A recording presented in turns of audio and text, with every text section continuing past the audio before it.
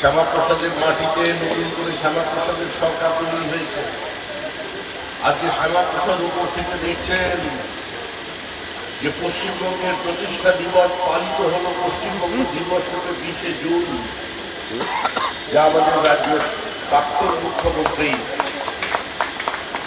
পয়লা বৈশাখের মধ্যে দিয়ে ইতিহাসকে ভোলাবার চেষ্টা করেছিলেন এক শ্রেণীর সমাজ বিরোধী খুশি করেন। সমাজ বিরোধী এই কারণেই বলছি, যারা দেশকে টুকরো করতে চায়, যারা প্রকাশ্যে দাঁড়িয়ে বলে ভারত তৈরি টুকরে হলে ইনশাল্লাহ ইনশাল্লাহ, যারা প্রকাশ্যে ভারত বিরোধী স্লোগান দেয়। আজকে সেই ডক্টর শ্যামাপ্রসাদ মুখার্জি আজকে তার ব্যক্তিত্ব দিয়ে আমাদের জন্য একটা ভূখণ্ড রেখে গেছেন, যার নাম হল পশ্চিমবঙ্গ। কয়েকদিন ধরে বামপন্থীরা সরব হয়ে গেছেন, বলছেন পশ্চিমবঙ্গের স্রষ্টা ডক্টর শ্যামাপ্রসাদ মুখার্জি নন।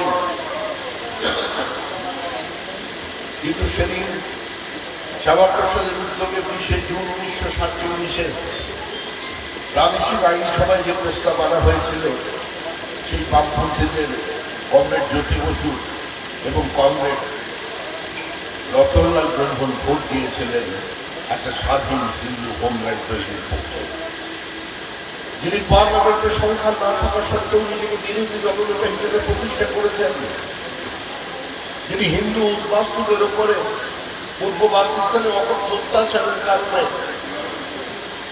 নেহরু লিয়াকত চুক্তির বিরোধিতা করে কেন্দ্রীয় মন্ত্রিসভা থেকে পদত্যাগ করেছেন, তিনি ডক্টর শ্যামাপ্রসাদ মুখার্জি, যিনি ওপার বাংলা থেকে অগণিত হিন্দু উদ্বাস্তুদের আহ্বান জানানোর জন্য, তাদের পাশে দাঁড়ানোর জন্য দিনের পর দিন শিয়ালদা স্টেশনে রাত্রি যাপন করেছেন, তিনি ডক্টর শ্যামাপ্রসাদ মুখার্জি।